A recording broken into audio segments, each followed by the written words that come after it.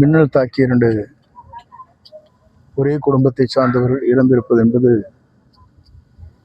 உண்மையிலே வேதனையளிக்கக்கூடிய ஒன்று. குறிப்பாக மழை காலங்களில்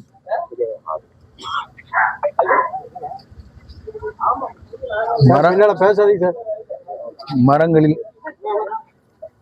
அடர்ந்திருக்கின்ற மரங்கள் அருகாமையிலே இருக்கக்கூடாது என்பது பல்வேறு ஆராய்ச்சியாளர்கள் மூலமாக மின்னல் வருகிற போது அதை இழுக்கும் சக்தி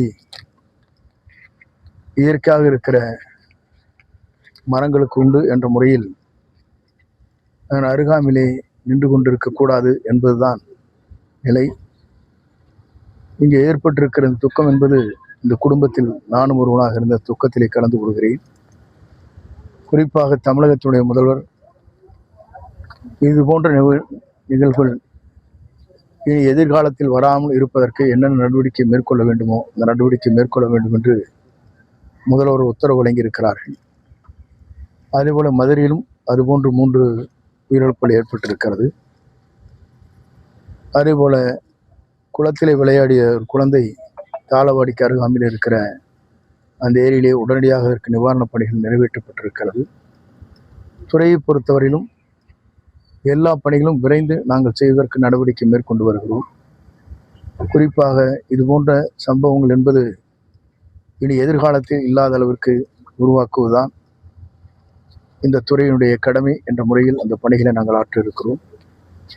குறிப்பாக இந்த குடும்பத்தார் அனைவருக்கும் என்னுடைய இரங்கலை தெரிவித்துக் கொள்வதோடு 2 குழந்தைகள் என்ன கல்வி கற்றிருக்கிறாளோ அதற்கேற்ப அரசின் சார்பாக கலந்து பேசி என்ன முடிவுகளை மேற்கொள்ளலாம் என்பதை நான் தெரிவிக்கிறேன். குறிப்பாக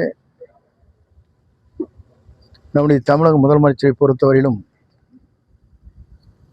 ஒரு ஊழலற்ற ஆட்சி தமிழகத்தில் நடைபெற வேண்டும் என்பதுதான் நம்முடைய லட்சிய பயணமாக இருக்கிறது. ஆகவே அதை நிறைவேற்றுகின்ற வகையில் நாங்கள் அனைவரும் அதற்காக அந்த பணிகளை தெளிவோடும் அதே நேரத்தில் அதை எப்படி நடைமுறைப்படுத்துவது என்ற முறையில் நடைமுறைப்படுத்தி வருகிறோம். எல்லோரும் எல்லாம் பெற வேண்டும் என்பதுதான் நம்முடைய நோக்கம். ஆகவே அதற்கு எல்லோருடைய ஒத்துழைப்போடு நம்முடைய தமிழக முதல்வர் அவர்கள் இந்தியாவிலே முதல் முறையாக பணநாயகத்தை முறியடித்து ஜனநாயகத்தை உருவாக்கி இருக்கிற ஒரு தலைவர்.